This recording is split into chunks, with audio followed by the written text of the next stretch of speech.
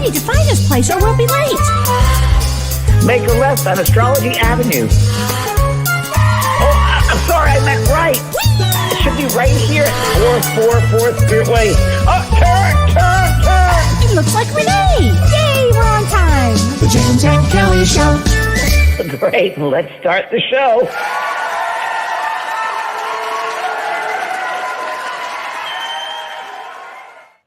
Hi. Hi, Kelly. Every time I Hi, see that, it James. reminds me so much of our time on Venice Boulevard. We're going Yeah, we're on Venice Boulevard trying to get to Dr. Drew. Yeah. and I said, turn, Kelly. Let's turn. It was like midnight. 10:45. We had to be there. And it was like 10:11. We like, turn. And it was Halloween. It was Halloween. It was Halloween. Oh my God. First We time have we had were some together, adventures. right? That show. Well, we've done, that first time there. Yeah. Oh God, that was hilarious. Oh gosh. Well, how are you doing this week? I do very well, thank you. Yeah, very good. Good. Just catching up, and I filed all this Saturday and get my desk and my office together and getting ready for my new meditation course. Comes out at the end of the month, and Very exciting stuff. very exciting. We're really exciting. Yes. Yeah, and I start with the Shift Network tomorrow. It's a new 7 modules for the Shift Network on mediumship. Now, can anybody join or? Yes, I got to register tonight on my website, thebenprog.com, and it'll take you to a landing page of Shift Network. And yeah, everyone's looking forward to the course. It's and I love teaching, and I love my teaching. So, how have you been, Kelly? Well, I've been Exciting things in your life. just one big exciting thing. I had one big exciting moment. Well, after 19 years, Don and I decided to get married. Yay! Yes. Congratulations! Oh, thank you, honey. Congratulations, Kelly. And how long? When was that? It was on June 13th, and we decided to have a pop-up elopement. And so on our deck at sunset, and it was really beautiful, and it was lovely, and it was simple, and it was perfect. And one day, Don just got up early in the morning. He said, "I think we should be married now. I think it's a good idea. We should." And we had a pop-up wedding. On the farm. On the farm. I mean, what's so funny about that is how many times did we try to get married? I would tell you, well, we're getting married now. Now we're getting married then. And we never did because of so many different circumstances that happened. My mom died. She got sick. Don was on tour with Neil Diamond. It was always a constant something. So it worked out perfect timing, and it was great. And you look great, Kelly. You look wonderful. You look happy and glowing. I'm so happy, and I feel great. So thank you, everybody. Thank you. Hello, That's Danielle. sweet. Hello, Tracy. Yay. Woo! Congratulations. Woohoo. It's fun. I had a drink. I would toast you, but I have water here. That's right. I know. And I have it. Lemon water. That's okay. My favorite. I've got this too. Perfect. I was going to tell you, James, I loved what you wrote on Facebook. Do you remember what you wrote? You probably don't even remember. Now that I know how, they've taught me how to do it. You wrote something so beautiful. Do you remember this? Want me to read it out loud? You said, "Friends, if anything, I've hoped with all my work these past 4 decades for you to be free about death. Death is not what society makes it out to be. When you leave the dense vibration and consciousness of the world, your consciousness immediately expands. Colors and sounds are more alive and vivid. We instantly understand our soul's journey. We immediately recognize our timeless links to other souls, our eternal relationships. Our spiritual nature is manifest, and in those moments, we understand we are immortal beings of wisdom, infinite love, and compassion." And I just wanted to really let you know how beautiful that was. Thank you. It's true. Every word of it. It's true. Thank you. It's one of those moments you're just inspired, and I could tell that you were, and I just had to, do a shout out for that. Thank you. I've been in a writing mode lately. I wonder why that would be. It's feeling good though. I haven't written a book in a long time, so I'm working with Kelly in her book. I'm helping her with some stuff, and it feels good to be back on the saddle again, as I say, because it's good to step back and now go back. It's great. Wow. So thank you for letting me have the opportunity. Oh, thank you. Are you kidding me? Thank you. Oh my gosh. Well, hi everybody. Hi Terry. Hi Sue. Hi Kathy. Tiffany. Hi Nancy. People coming in tonight too. A lot of new people I heard. A lot of new people. Oh, we had over 200 sign up for today even. Yeah, which was great. So how lovely is that? Until then, Anne Margaret, James, you have to stay healthy for our Alaska cruise. They want to cancel if you want. Now, did I hear you say we have two people canceled and we have 2? Yes. I'm very well. I'm good. I'm going to a hydration room on Wednesday to get an IV thing because I'm traveling to a wedding. So I'm feeling very good, actually. Yeah, feeling good. I just got to lose some weight, which I will. But otherwise, I'm feeling good. My energy's great. And yes, Great. Pearl is taking a little bit of energy, Yeah. 7 o'clock in the morning. And now, But no, I'm feeling good. 2 slots open. Ron Oyer, who runs the cruise, is said, the 2 cabins on the ship, 2 cabins opened up, the outside cabins. So there's a balcony. So they are available, 2 more cabins available. So 2 people from the ship, not from our group, but from the ship. Okay, super. So we have 2 openings for people then. Are you going to be doing some readings, Kelly, on the ship? I don't know. I think you and I have to talk about that. Yeah, what do you think? We'll see. It's gonna be a very People have asked me, trip. but It's a different type of trip. Yeah. People are going to do their own readings in many respects because I'm going That's to bring them to a certain space. Like, well, tonight we're going to talk about near experience. So there's a certain level of awareness and consciousness that I'm going to lead them into by the help of them, and we'll see what happens. It's going to be it's an immersive trip. That's the best way to say it. Immersive. It truly is. My playlist is getting longer and longer and longer. So the music is It's just so phenomenal. exciting to hear that. Great. New exercises, and I tell people again, bring their pillows and their blankets and be comfortable lying on the floor. It's Great. It's going to be super. I can't wait. I know, and you're going to be there. Yay. Oh, I wouldn't miss it. What's going on astrological? Well, Saturn? I'll tell you, Saturn is retrograde. Yep, Saturn is retrograde, and that is past things to be settled. Yeah, Saturn retrograde, and it's in Aquarius in Vedic astrology. Saturn gets us into shape. It just does. It rules discipline. It rules focus. It rules structure, and it means, James, to do things properly. So, of course, it's the planet of karma. So if you're not doing what you're supposed to be doing, guess what? Saturn's going to go like, here you go. He's going to make you miserable until you do what you're supposed to do. Because don't you believe, James, that internally we all know what the right thing to do is? Yes, without a doubt. Without a doubt. Without a doubt. Yeah, I think there's distractions around us all the time. Oh. I think distractions. So, total distractions. Well, Saturn doesn't care about the distractions. It's going to force us basically to make some important changes in our life. And these changes are all about structure and form. So you might want to look at your energy and see what do you need to change. And what's important about this is on the 21st of June, we have the summer solstice. Now, I know that you're doing on the 20th, you're doing your readings, right? On the 20th. Yes, I am. That's right. So in some parts of the world, that will be the 21st, actually. Interesting enough, it's that big energy. But that summer solstice energy is all about honoring the light within, because during the summer solstice, the sun reaches the highest point in the sky and it gives us the longest day of the year. And because of that, it brings us the most awareness and consciousness. So that day, June 21st, is a very important day. And what you can do, for what people can do out there, is the summer solstice is all about the south direction. So if we talk about directions, it's all about the south direction. So you might, light a candle, you might face the south, you might feel and reflect on the energy that you're feeling right then. And you can allow information to flood in and to your experience. But what happens is when you do this energy work on the 21st, what it does is it helps you redefine or find your purpose and or your direction. It's that the energy is that powerful that day. It wakes you up. Yes. So if you need that, energy. Summer solstice went down to Machu Picchu. For a group oh my gosh, what was that like? It was an incredible experience. One of the most incredible experiences of my life. I have so many incredible experiences, but this was one of them. And I went down with about, 50 people, I guess it was, at the tour. And long story short, we had a man who's a shaman and summer solstice down there. You can imagine, it's crazy. And I said to this gentleman, is it possible we can get on the mountain by ourselves at the very top? And he said, I'll take care of that. I said, I don't know if it's possible. Thousands of people coming down to summer solstice. And the day of, there are tons of buses, thousands of buses in the city. There's no way. But we left about 7 o'clock in the morning, got up to the top of the mountain about, I don't know, it was 9 o'clock.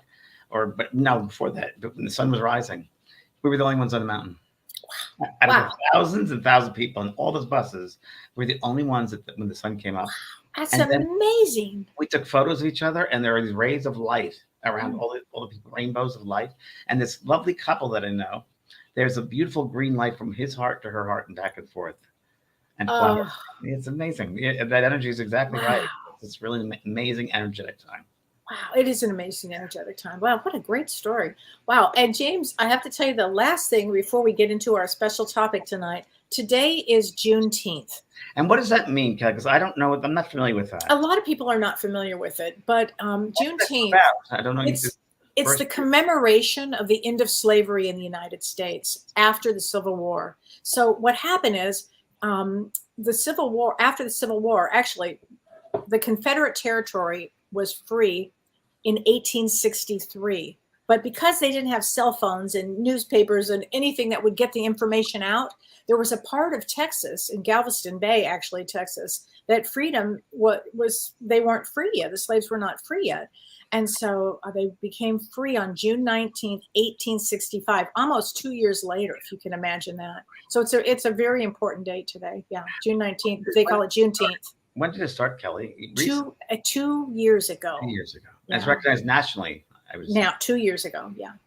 Okay. Yeah. Amazing. So here we And go. there's slaves around the world in different civilizations still. You think that, slavery. Earth, I know. Well, moving on to tonight's topic. Yes. Near-death experiences. Let's talk about near-death experiences. I think people are so interested in them. You start first. All right. Should we talk about what it is first? Yeah. Okay. So, what is a near-death experience? So a near-death experience is something that is life-transforming. I mean, literally, your life will change once you have something, if you've had something like this. But it occurs during some extreme physiological condition, such as a life-threatening trauma, a cardiac arrest, or James, even deep anesthesia could cause that. And it's the thing that what happens is there's no awareness of any sensory experience of any kind that it should be possible because of the brain function. But in actuality, the soul leaves and goes to the other side during some traumatic event. Yes. Yeah. I had one. Well, I had one too. So let's talk about. Yes, you had one when you were a little girl. I remember reading about this. Yes. Yeah. First, let's tell yours about the coma. So what happened to me is when I was 3 years old, I was bit by a mosquito. And when I got bit by this mosquito, I ended up with encephalitis. So encephalitis is inflammation of the brain. So a lot of people are asking, how does somebody become a medium? Like if you have a near-death experience, will that propel you towards this? Well, I'll tell you, it certainly could. But in the inflammation of the brain, I was very, very sick, and I was 3 years old, and I was very sick, and I was put in the hospital. Do you remember, Kelly? Very well, very well, because my grandparents were all around. My mother, I remember they were putting vinegar to calm me, to get my fever down and all of that, and they couldn't. So I ended up in the hospital, and I went into a coma actually in the hospital. And what happened is in the coma, and I know I'm 3 years old, and let me just say, my bachelor's is in child development. So I understand what I'm about to say may sound a little far-fetched, but I went through this dark channel, like dark tunnel, basically, is the only way I can describe it. And I got through to this like membrane. This membrane thing, like a sticky glue kind of a thing that I was trying to get out of. And I was met with what I will call two of my great aunts that I did not recognize them. All I knew is that they were my great aunts. And then later I saw pictures of them. But at the time I did not know who they were.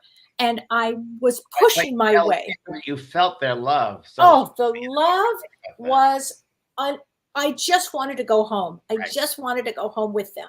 And I was pushing my way through, and I couldn't understand why they wouldn't let me come through. I thought, I'm in pain. I was in so much pain, and I just wanted to go home, frankly. So I'm pushing my way through, and they said to me, "I'm sorry, Kelly, you have to go back."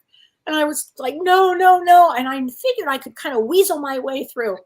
And I was very pushy. And they said, "You have to go back because your mother's destiny will change, her course of destiny." Now, granted, I know I'm 3 years old as I'm saying this, but this is what they said. Because as a soul, my soul was not 3 years old.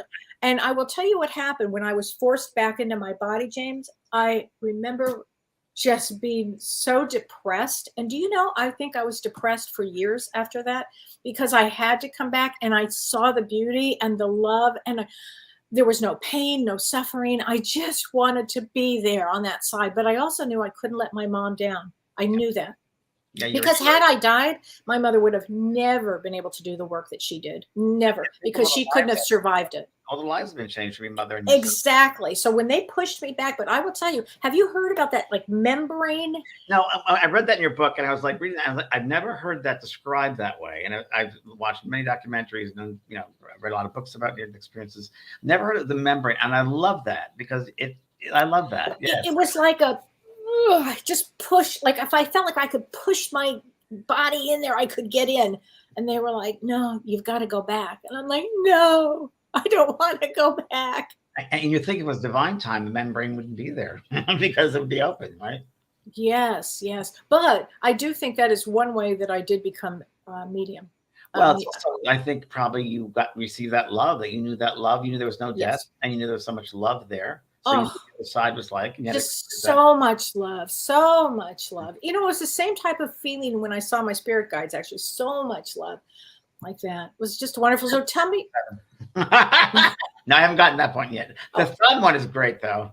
Telly tells a certain book it's incredible. Can you share that one? It's just worth. Should I tell the story? Yeah, it's a great story. Okay, so when I was 21 years old, I went on semester at sea, which is a ship that goes around the world.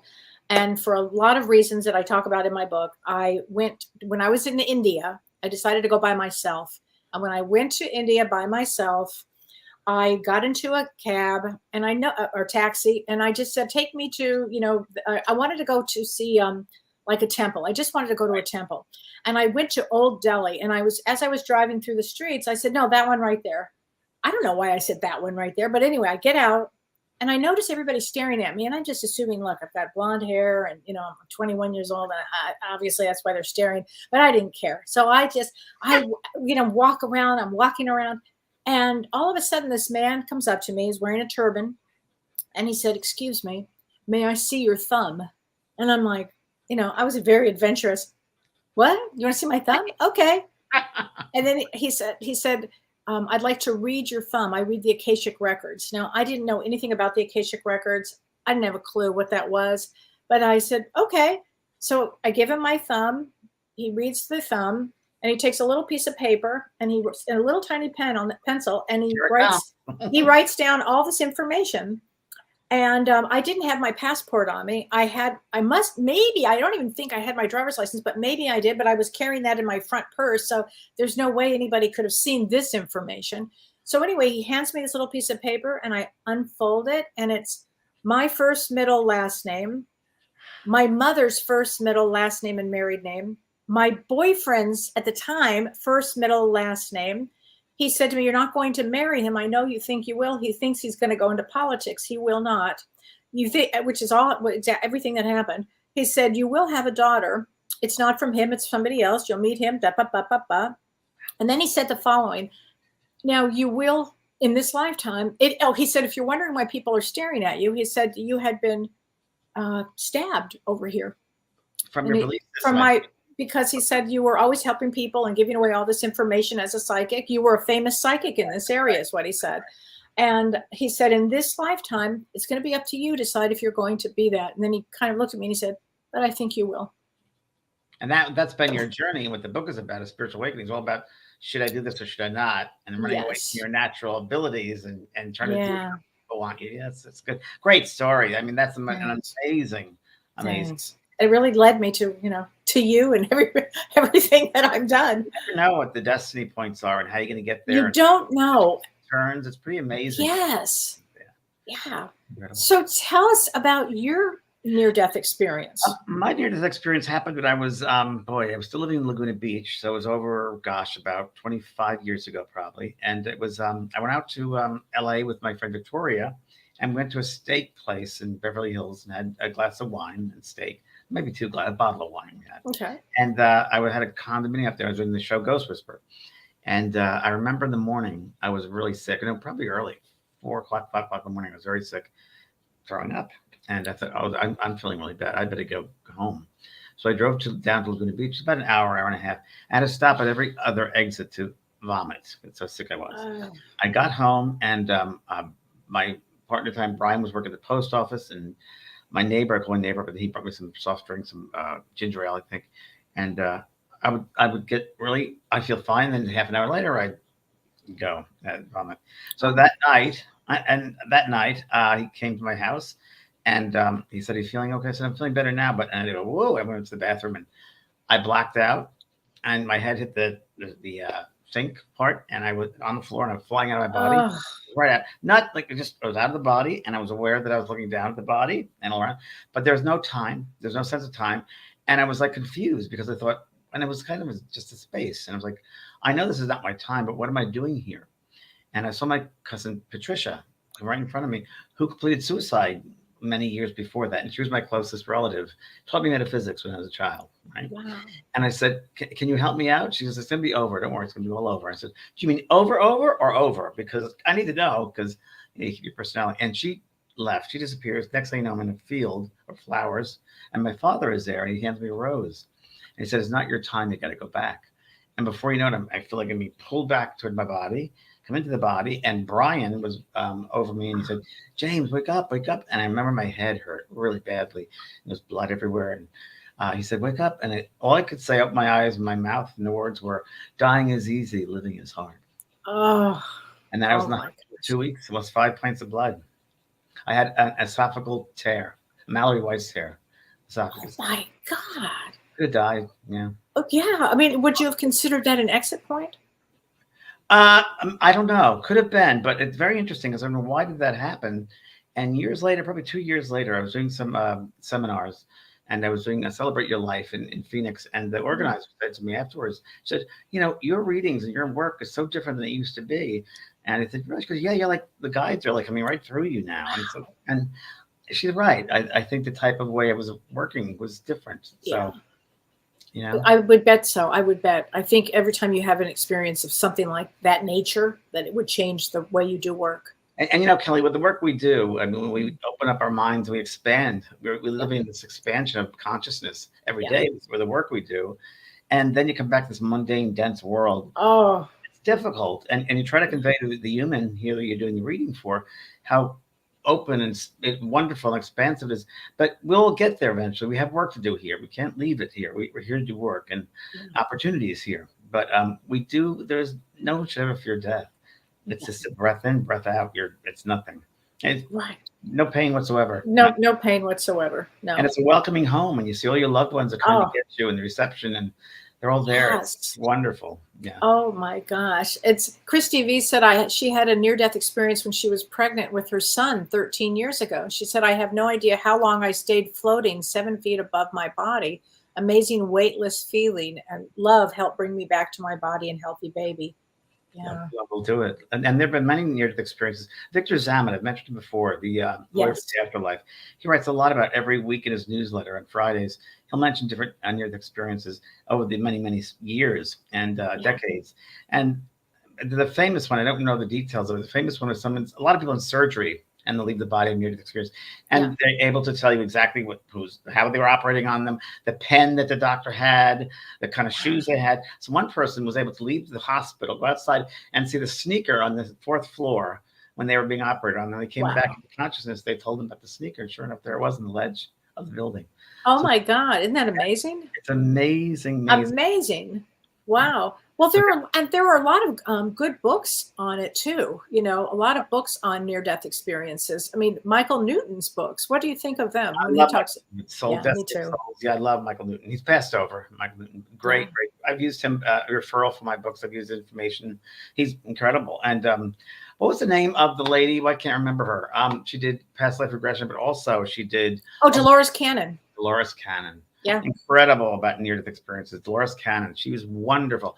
I saw her in Long Beach before she passed, and she was great. Just great. Yeah, there are a lot of NDE books, and it's being real popular. But Victor Zamet, everybody. Victor Zamet, you just go online and look up his newsletter. I subscribe to it. It's free, and it's just great information he has. Really great. On not only that, but mediumship and so forth. Oh, that's so true. Yeah, just like about White Eagle and Silver Birch, which were and Anita Morjani. Yeah, we were just talking about her. Anita Borjani, I just spoke to her about a half hour ago, and she's going to be on our show. Yay! The show. That's great. She's amazing. Great. What I found that after you've had a near-death experience, that it leads to a common pattern they talk about, like there's either a complete loss or a fear of death. I mean, that's huge right there, right? I mean, huge. There's a fear of death, you said? No, a loss of a fear of death. You don't completely. You don't have it any longer, you know. Completely. And the Kelly, other thing, what do you think about the people that said they have near-death experiences and they go to a dark place, a hellish type place? Have you heard that? well, I have heard that. You know, it kind of reminds me of a Dickens story, a Christmas Carol.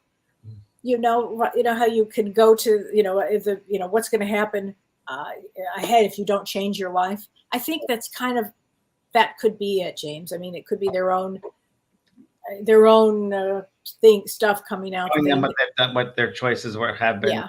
The rippling effect they've made, and they got to change their ways, perhaps. Change their ways. I mean, if you think of it like Ebenezer Scrooge, I mean, it's like that. It kind of reminds me of that. It's so interesting how, and I talk about this a lot, and it's going to go into my next book, which I'm going to be working on after your book, because you got me back into it. Thank you. But really, how there really is a thought, word, and deed. It really is. I can't impress upon people the magnitude of the energy our thoughts have, our words have, and what we do, our acts have. We're going to see what we pass over, and we're going to see everything created or not, and all those missed opportunities or the ones we did change and we took the advantage of the opportunities. That's waiting for everyone. So, and it's so true. If everybody knew that on this earth, boy, would the world be a different place. Is that the truth? You know, I was watching. I don't know if you've seen Barry. Have you seen Barry on HBO? Barry. No. Oh my gosh, it's kind of hard to watch, but it's about redemption. And the whole thing is every time, and I think about this in life, at any moment, anybody can make a better choice. Sure. And I think having a near-death experience really kind of brings that home, because it does bring to the soul more compassion. Don't you agree with that? More compassion. It shows you how to live life the right way. Yes. Yeah. Don't take life for granted. So this is interesting. Fawn Cousin says that her mother, when she had a near-death experience, she said she went to a field of flowers and was met by her father too, James. Wow. Interesting. Right. Wow. Oh my God. Okay, this is a good question. Regina Joyce Clark, she says, given the expansion and the benefit that you experienced, why don't we all get a near-death experience? Well, go on the cruise, you'll have one.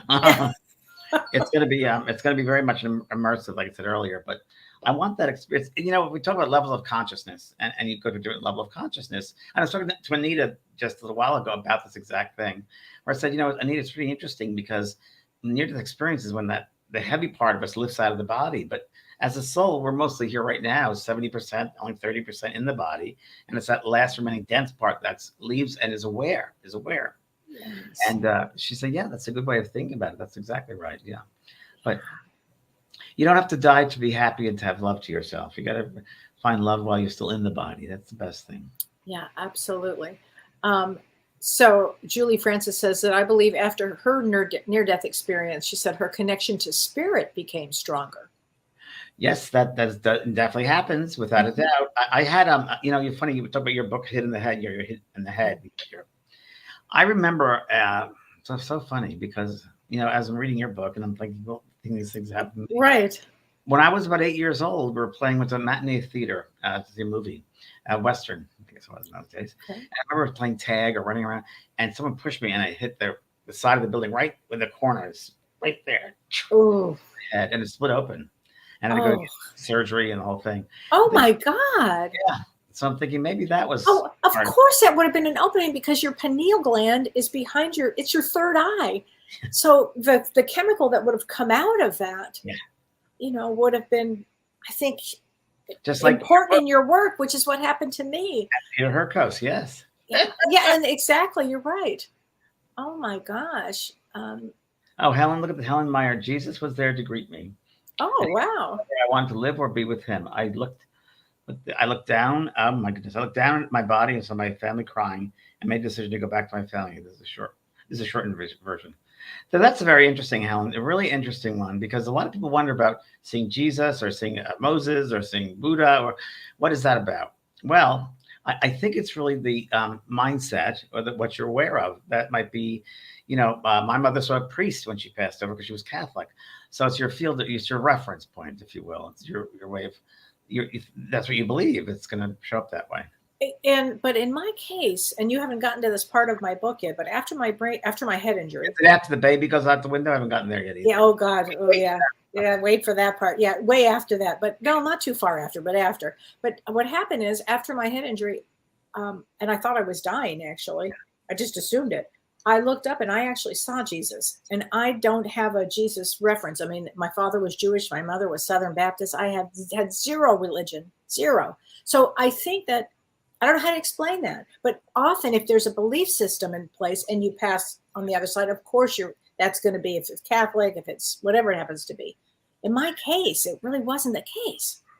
It's just odd. On the sidebar here, I sat with Leslie Flint, a very famous physical medium. Right. I forget when, and people can still hear it online. You can Leslie Flint Trust. It's extraordinary. Yeah. Extraordinary. And Mickey was a Cockney boy who was his guide that would come through all the seances. And I remember one of the tapes, he asked this lady, "You don't really believe in those Jesus stories, now do you?" And he went on to say that was man made those up. Jesus never wanted any religion. Jesus was just a simple man, but lived with compassion. And it was a political type of thing. But I think, to me, really, Jesus, I think of compassion. Completely. Absolutely. Interesting. And Vinci is asking about purgatory. Purgatory. Wow, that's a good one. That's a good question. I remember growing up Catholic and went to school, purgatory and limbo. I never understood what limbo was. It was limbo. I've never heard that before. Limbo. Limbo. No. Except we're not baptized. Good marketing. Good marketing. Sorry, I'm offended.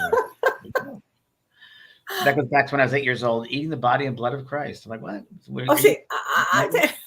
Fortunately, I didn't have any of that. Being freaked out when I was a little kid. Totally. You're eating the body, and you're celebrating this? Right. Yeah, it's pretty weird. Oh my God, that's funny. Let's see here.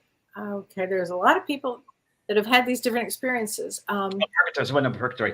Well, purgatory to me, my belief, purgatory is really when you pass over and you have a life review and you see, like I said earlier, all the good, the bad, the indifferent. You judge yourself. There's no judge to go, or Jesus saying in the book here, the Golden Book. Not really. It's you judge yourself. You're really your own judge and jury.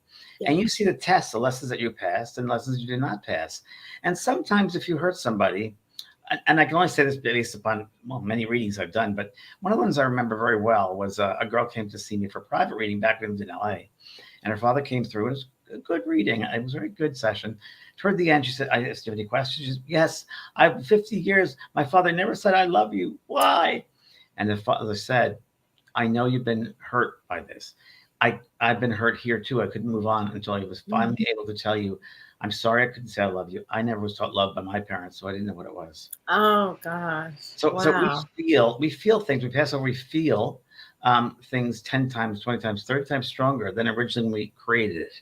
And you feel what you've done to people. And you don't have, imagine when there's no time. It's timeless. So you have to really, and it's a mental world. The spirit world, the first world, the astral world is a mental world. So everything's amplified 10 times, 20 times, 30 times stronger. You feel how the other person felt.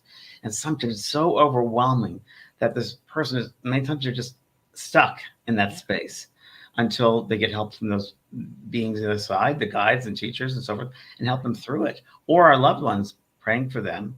And many times they seek out mediums. I think there are many different ways, but that to me is purgatory. When you have a mindset that is just holding you back, that's really tearing you apart. God, that's so true. Patricia Blennett says, "I always joke that Earth is purgatory." No, this is hell. Okay, Melissa says, "Hello to both of you, and I have a question. Is a near-death experience the same thing as having a rebirth? And can people who pass away unexpectedly and suddenly get to have a near-death experience? And what is the difference between a rebirth?" I'm not sure what a rebirth. Melissa, I think you're overthinking it. Yeah, I never heard that expression. You got to keep it really, really simple. I don't know what rebirth means, actually. I don't know what that means. You have to know what rebirth means. I don't know what that means. Yeah, I never heard that experience before. Karen Bennett, I'm always curious, if you've had a near-death experience, Would your medical treatment decisions be altered? A good question. If you faced a serious disease, it must be hard to weigh up extending life versus what you know is waiting on the other side. And also your agreements with those souls. Yeah, I was just going to say. Yeah. You know, a friend of mine is working in public responsibility with their family. And that friend would be me. That's a big decision. So yeah. So Karen, I'm not getting out that easy. Just think of it. The easiest way to think about it is do the best while you're down here on this earth. Do the best you can. That's all expected. Oh, yeah. My phone went off. I don't know. Oops. Yeah. Yeah. Just do the best you can. That's all we were ever asked of to do, is to do the best you can and don't hurt anyone. Right, right. Regina Joyce Clark says in Proof of Heaven, which is a great book also by Dr. Eben Alexander. Yes, he describes, remember that book? Yep. He describes how he first saw a hellish earth in his near-death experience as it was underground, and then he moved up into higher layers of light. I'd forgotten about that. Yeah, it's very, very true. Yeah. Remember the movie When Dreams May Come? What Dreams May Come. Robin Williams. Yes, of course. I was a consultant for that movie because really? And I remember telling him, I was talking to a couple of producers, the director, a long, long time ago, of course. And they did a pretty good job. There was one thing, but the suicide thing was like, yeah, that suicide thing was like that. I felt the same way about that. Yeah. But on the other hand, I love the colors of that movie. The colors that I told them about the flowers. I said there are gardens and they're colors like we don't have here. The most vivid colors you could ever imagine. And they put that up there. I don't know what I said, but it was that certainly was translated to the screen. Wow. All right. Renee, would you want to put that up again? Oh, Laura. Tia Stovner. I saw who I thought was Jesus in a dream, and that was so vivid. I could smell the grass and feel the warm breeze across my face. I felt a peace that I've never had before. It's so true. My head was resting in this kind man's lap, and he was telling me everything will be all right and that he had something to do. I asked him what and when. He told me that I will know when I'm ready. Wow. And I assume Thea's life has changed since then. I would think so. I mean, because even in a lucid dream, you know, they're so real. I mean, Oh, Michelle King, you're absolutely right. Dying to Be Me by Anita Morjani. Yes. James Bird here is, I think is very interesting. I've given readings for many years at the NDE. I had a beautiful vibration. Thank you very much. A beautiful vibration afterwards. Nurses used to come into my room on their breaks. They said I calmed them. They felt good after that. Oh, that's great. Reminds me of when your mother, Yeah. Exactly. When I was going along with you in your book, this is Ray Kelly writes about your mother with this nurse, and no one saw the nurse except you, right? That's right. No, only my mom saw it. Even the priest didn't. The priest had talked to my mom about it, and everybody was trying to find this nurse. I used to work at a hospital in Los Angeles called Midway Hospital. Yes. 2 or 3 years. Remember that? Yeah. Of course I do. I remember there was I used to bring the mail or something up to a 6th floor, and I used to just walk around the room, the hallways. And I remember there was when they have student nurses or doctors. Yeah. It was like that, with a team going to certain places, going to certain rooms, and I'd look at them, and then I'd go to the next day, and they're in another floor. There they are. And I asked the receptionist or the nurse at the nurse's desk, who are those people, who are those doctors training? I don't know what you're talking about. She said, there's no one here like that. And Isn't that amazing? It was spirits. It would be the spirits who come. And they do that a lot. I did a reading for a lady last week. I had to do a reading and I helped this lady out. And she was in a mindset, and she was stuck in a mindset, very spiritual lady, and she was kind of stuck. And I was like, how do we get her out of this mindset that she's stuck, feels guilty, and so forth? And I remember there was a gentleman came in, a spirit to the right side, and wearing a white coat, doctor's coat. And it was a doctor of some sort, that's all I could say. Okay. And he said to me to tell her and I to translate the thought. It was a hard one. But this is a very spiritual lady. She's Hindu, and she has an altar. She prays every day and so forth. But she hadn't done it lately. And I said to her, this doctor is telling me that what good is your faith if you don't use it? You're using the lower self, not the higher self of your faith. That's who you are. Interesting. It broke her right open, and she got the message. I mean, that was amazing. Right to the heart. Right to the heart. They came that way. It was so beautiful how this gentleman came in, and it shows the importance of surrendering, just surrendering to the experience of whatever's going to happen, because magic happens. Here's a question. from Tim Dolan is, in your opinion, do near-death experiences have to be physical or can they be mental? Oh, Kelly, what do you think, being a therapist? Well, they can, they certainly could be mental. I mean, near-death experiences, you can have one as you are, if you are ill or if you had something like that. But you can also have one, emotionally, I think is what the question is. And the difference there too is out-of-body experience is different than your experience. Exactly. You're talking like Timothy. I think out-of-body experience, you can train yourself. The Monroe Institute does that, trains you. That's true. Leave the body, and that's what we do on the cruise. When we do those different levels of consciousness and leaving the body at will, and that can be done. So it's an out-of-body experience, but a physical near-death experience usually has a physical aspect to it. Yeah, that's very true. Renee Hounsel, during a life review experience in the light age of 12, direct knowing how others experienced us from their perspective changed how I understood interconnection and expanded my awareness of how we are affected others. So you must have been 12 when this happened? Nothing less from you, Renee. Yeah, right. So true. And it's amazing that does happen, Renee. It happens. People have often talked about when they've had that experience. They are with people, beings, and they did not speak to them physically, but telepathically. And there were these beautiful colors around them. And they realized that the colors represent who they are in their character, right? And that there was always a sense of the one connectedness. And that's one thing I had in my near experience, that there was a oneness, that we're all connected to this, I'll say, matrix, yes. Tapestry. Yes. And I remember that I had this clear vision, awareness, I'll say, like a ribbon out the top of the head from everyone going into this tapestry, this huge tapestry. And they're all connected to that tapestry. And what we think creates a color or shape, and it bleeds into that human tapestry. And at the end of your life, you have to look back at that tapestry and see if you made the colors nicer or worse. Gosh, that's so true. Yeah, this is definitely a level of expansion and awareness. Yes, definitely. Lisa Jamuzian, she says, I'm not a nurse or a doctor, but I've been in places where people have been in bad accidents with traumas, and I've been with them until help has come. She said, I was very strong and calm and peaceful for them. What do you think that means? Oh, you were supposed to be there at that. You were supposed to be there then.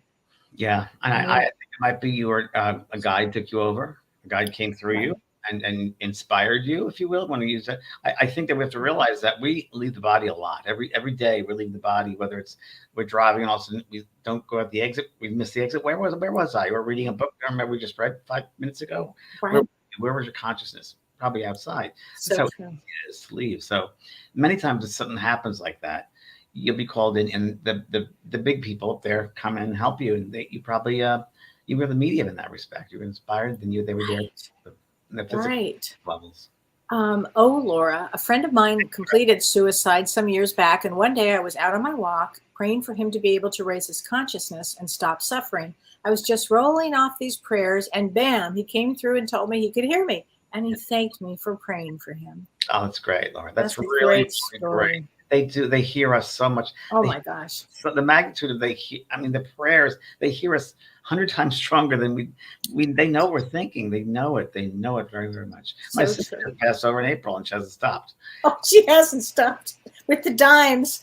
Well, she's investigating different places, she said to me. She's looking for herself in different places and different characterizations, and she's exploring places and spaces, she said. So it's good. Oh my gosh. So this is from Regina Joyce Clark. She said, near-death experiencers can affect others profoundly. Sure. A soldier, George Ritchie, had a near-death experience in World War II, and he described it to Raymond Moody, who coined the word near-death experience, and he wrote Life After Life, which is a great book also. And we just found out he's still alive. Yeah, altering our views of death and life. It's so true. I did conferences with Raymond. Yeah. What's he like in person? He's a psychiatrist too, or he was a psychiatrist. Very understated, very sweet Southern man, and very understated, and just kind of professorial. Well, there's a lot of work done at the University of Virginia. That's correct. And it's becoming more and more popular, this subject. I mean, more and more. Maybe the boomers are getting older. Maybe that's part of it. You know what, James? Maybe. But I also found that I thought this was interesting, too. They also have an International Association for Near-Death Studies. That's correct. I mean, I was amazed at some of the things that that are out there now. You know? Yeah, I don't know where it's located, but I think it might be in Marin County, but I'm not sure. Oh, okay. Andrea, the house my parents built and we lived in was full of spirits. I've been blessed to feel, sounds familiar. I've been blessed to feel and see them my whole life. My parents could also see them. I was blessed with a family that let us believe that there's more to us than the physical we go on after. You're right. That's a great thing. And That's a that's great responsibility as well now. Now you have a Yes. responsibility to use that in your everyday life. And that's what I tell people too about, having the awareness, if you got a message for someone or if you have the spiritual awakening, that's responsibility because you can't live your life the same way. It's got to change. And, when you pass over and you look at your life review and you say, oh, I didn't know any better. Your guides say, oh, no, you were told this when you were like 30 or 40 years old. So you have a responsibility now. So true. When you're spiritually awakened, you're awake. Yeah, right. Allison Hamilton. I had a near-death experience. What an amazing experience. The love I felt was so intense and the colors were so vivid. I couldn't see the person's face that I was walking with. All he kept saying is, it's not my time. Wow. Yeah. It's really extraordinary. Okay. So let's see. Oh, yeah. And Brian Weiss. Look at that, Brian L. Weiss. Yes, I've worked with Brian for 20 years. Oh, yeah. Yeah, Brian's great.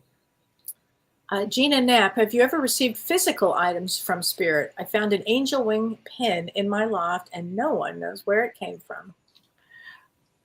Well, I was speaking to a friend of mine on the telephone and we're talking about her husband who passed over. Oh, that's right. I know this. and a friend of hers had a wife pass over and the wife, I guess, manifested a ring or something. Yeah. And all of a sudden I hear ding, like ding, like what's that? I said, hold on, and the phone down. And it was by my washing machine. And there was a little copper ring. It looked like a ring, a ball bearing ring or some kind of ring. I said, you're never going to believe this. So I sent it to her and it's a ring and it fit her perfectly. And it just materialized. Just materialized. And I don't have rings like that here. And another thing happened once I was in Brazil, did a book tour.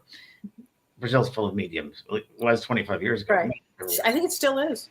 Yeah. So, signing books, and all of a sudden this man comes to me and he goes, my friend here would like to present something to you. And I said, okay. And he sticks out his tongue. And there's an apart of a flower or metal on his tongue. And I said, you don't want me to touch that now, I hope. Thank you for the thought. Thank you for doing that. Thank you. So, apports. I mean, that's my experience. Apports. Kelly, my sister who passed over, Kelly found I was actually, I was in the bathroom, and then right after Lynn had passed away, I think she'd been gone for coming back with dimes. Yeah, and all of a sudden there was a dime that just was on my bathroom counter, and I picked up the phone to call you, and you said to me, I was just going to call you because Lynn, and I said, look, Lynn left me a dime here. I couldn't believe it. And then didn't she also leave a dime for your other sister? For your sister? Yes. So weird. For Maura, yeah. I haven't had one yet. I'm still waiting. Oh. So my sister Maura was making her bed, her husband was, and then they took up the sheet or something, and right in the middle of the bed was a dime.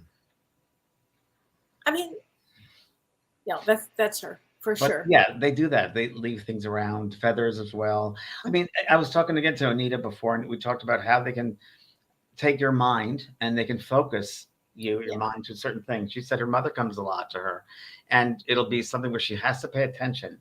And she'll take Anita's mind, and she'll be watching a TV show and listen intently. And she turns and hears something she needs to hear. So, wow, I can apply that. So they do it all the time. They take our attention to certain things. That's why distractions take you away from just being still and centered. If you're centered, you get it. But if you're distracted, you won't get it. Right. That's so true. Let me see. Let's say Kelly Evans. Why do some people not know they're dead? Great question, Kelly. Why? Well, because it could be many different answers to this. But what I think is people expect so much because society says so much about death. They expect this whole big thing going on, and it's not. It's just the opposite. It's simple. It's painless, and it's a sense of just completely you're home again. It's freedom. It's love. There's nothing to it. And my sister was afraid at the very end, and she was like, "My dying." I said, "No, you take a magic." And she was a medium too, and she was afraid in the end. And when she passed, I was very aware that I was on a plane coming back. I had to go. You have to leave now. Spirit said that you've got to go now. I was like, "Okay, I got to go right now."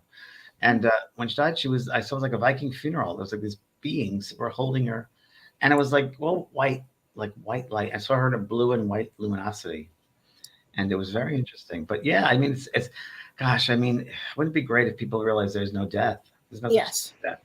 Yeah. Do you think they would live differently? Yeah, yeah, they would make different choices and different decisions. Yeah. This country would be different. The world would be different. Yeah, it's so true. Oh my gosh.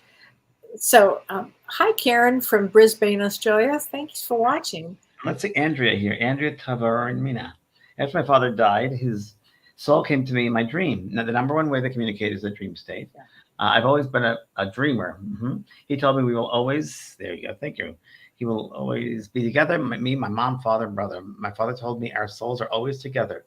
The way he explained it was like we were always meant to be. I look forward to being there. It's very true. There's an affinity together. There's a kind of affinity, a pull, a magnetism, if you want to call it that you have to learn together. We just don't learn by ourselves. We learn with the group, and we learn with even bigger groups and bigger groups. You know, and every country has karma. Every planet has a karma. Every galaxy, I think, has what I call karma. Yeah. Allison Richards says, what happens when people pass and are immediately regretting their own accidental contribution to their passing? Well, like suicide or accidental suicide? Or well, I mean, it happens. I can't tell you how many fentanyl deaths I've had. Fentanyl deaths. I mean, you probably had a lot too. The past 4 years, it's been wow, and young kids too. You know, they're first of all, something I found out, which was very interesting.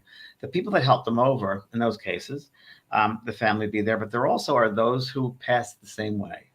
Yes. And what they do is help the newly arrived ones who pass that way, because they know the conditions, the mind conditions that the soul have on passing. So they will help them to, you know, alleviate those certain conditions or certain ways of thinking. And they realize, you know, that they were alive, they're not dead. And they didn't mean anything. The big thing is that they didn't mean to hurt their parents or didn't mean to hurt someone. And, you know, I think they just want the pain to be over with, whatever the, you know. Sometimes, yeah. But sometimes, I guess, on some level. Yeah. On some level, yeah. A lot of people are in pain. And it's so interesting, Kelly, because so many people are in pain, not in a conscious level either.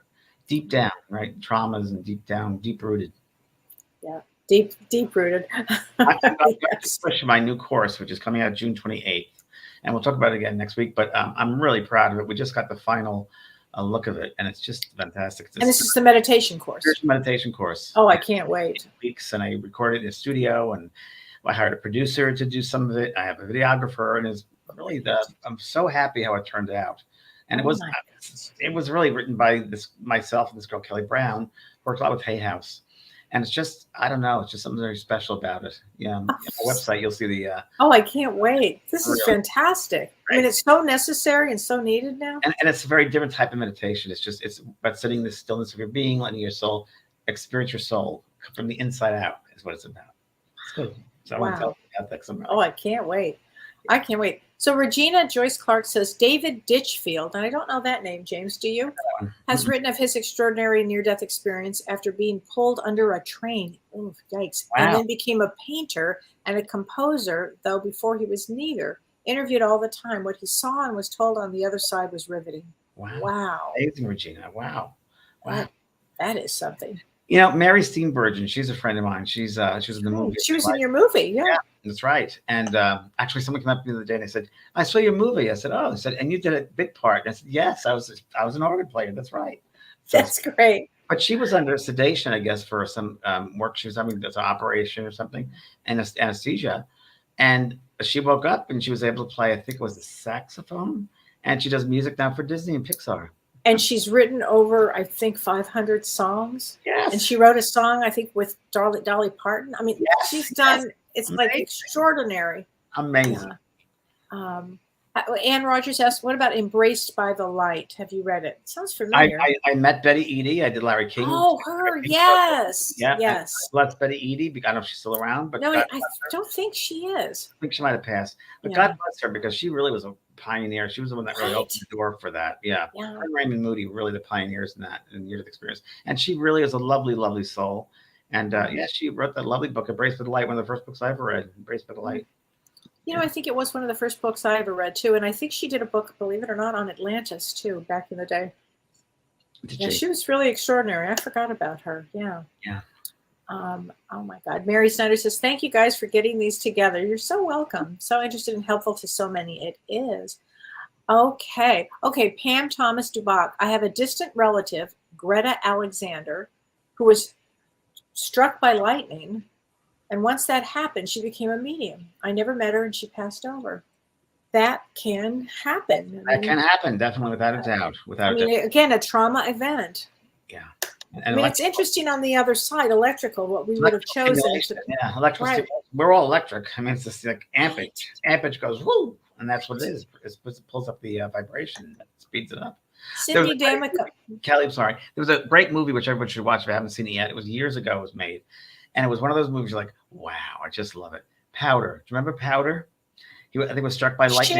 Cher was in it, right? No. That's the guy with the face. No, Powder. Okay. I thought she played the mother in that. No, Mask. That was Mask. Mask. Oh, I got it mixed up. Okay. This is Powder. No. He was struck by lightning, and he was really kind of a healer, and it was his way of how he could fit into society with his abilities. And they're all after him because they think he's very strange and weird. But a great movie, Powder.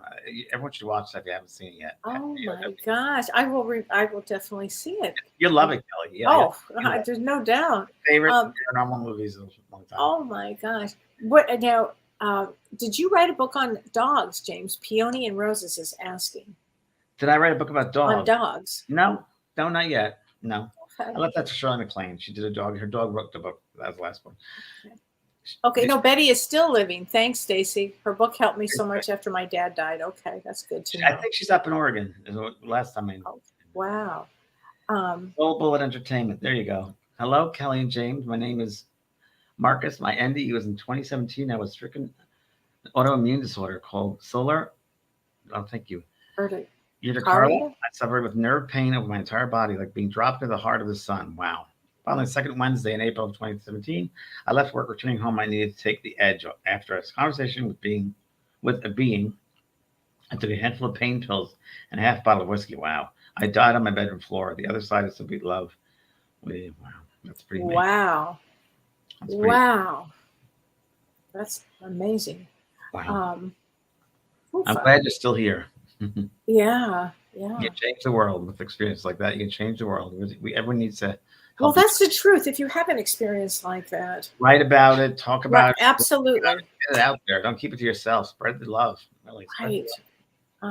Here's Lorraine Hester. Richard Bach. Yep. Had an NDE. Yep. There you go. Near the experience which had occurred in relation to a nearly fatal plane crash. I didn't know that. I did not realize that. Wow. 2014, the 130-page Bach work Illusions 2. The Adventures of a Reluctant Student was published as a booklet by Kindle Direct Publishing. Illusions 2 also contains allusions to the insights regarding the theme. Oh, that's fantastic, Lorraine. Thank you for sharing that. Yeah, really. Really interesting. Richard Bach, didn't he write the Jonathan Livingston Seagull. I was thinking the bird. Yes. Yes, Damian Brinkley is still alive. Yes, because you spoke to him not that long ago. Brinkley is a friend of mine, and he lives in Vegas. And about a year ago, we're supposed to see each other. Actually, we couldn't. Very close. We couldn't see each other, but yeah, he's still doing very well. Nice guy. Good. He wrote my blurb for my first book, Talking to Heaven. He did the back cover. Him and Brian Weiss. Oh, it's great, James. Let's see here. Well. Yes, Tim Brinkley helped a lot of people in your experience. The hospice. He went to hospice care. Exactly right. Wow. Can your dog hear you? Yes. Yes. Oh, without that. Why? So I said, why couldn't your dog hear you? If thoughts are real and they live in a very mental world made up of thoughts, your thought comes loud like an amplifier, and everybody hears you. Spirits, the human part of the dog, the animal part, even here on this earth. Plants, the plant kingdom, the animal kingdom, people, they hear your thoughts. They really do. Yes, I talk about flowers every day in the gardens, and Kelly knows my gardens. I love your gardens. Your gardens, I can't wait to see them. And the moon garden in particular.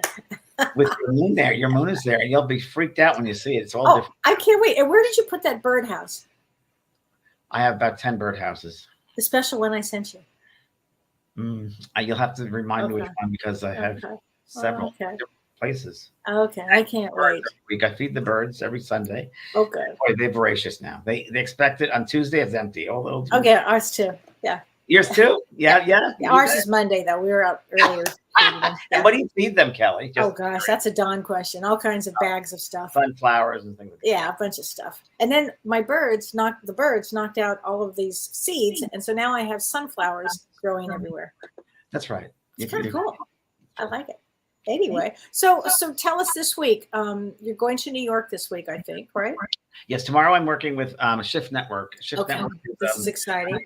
Yes, and it's online institute studying new age, I guess you'd call it. It's all different types of disciplines, and I'm doing a 7-class module. They wanted on mediumship, and I expanded it more, but the soul and mediumship. So that starts tomorrow. If anyone's interested, you can sign up from my website, benprog.com, and register there. It'll bring you to a landing page. And then I have, let's see, the end of the month, I'm going to do another open mediumship readings. And what else is there? Yeah, and then they're looking forward to the meditation course. So my head is all around that, trying to get that up. I know it's a lot. And I know you're doing a live event at the end of July, right before we go away. Yes, I'm doing a Seaside Center in Encinitas, where I live. And it's going to be on Lake Drive. And the month after me is Sonata Kerr, who's my favorite musician. And Anita Morjani just being her. She was invited to go there. And I said, Anita, you should go. She was just there once before they want me to come back. So, but now that you're doing James, I think I'll do it. It's good. I'll help you. Good. Such a kind soul. So. Yeah. Oh my gosh. Well, everybody have a great week. Thank you everyone for tuning in. Join me Thursday for Ask Me Anything. Oh, good, Kelly. Very good. Be there. I will be there. You'll be flying.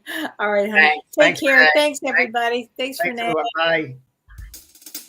You've been listening to Both Sides Now and Beyond, featuring spiritual medium and master teacher James Van Praagh and spiritual medium and psychotherapist Kelly White.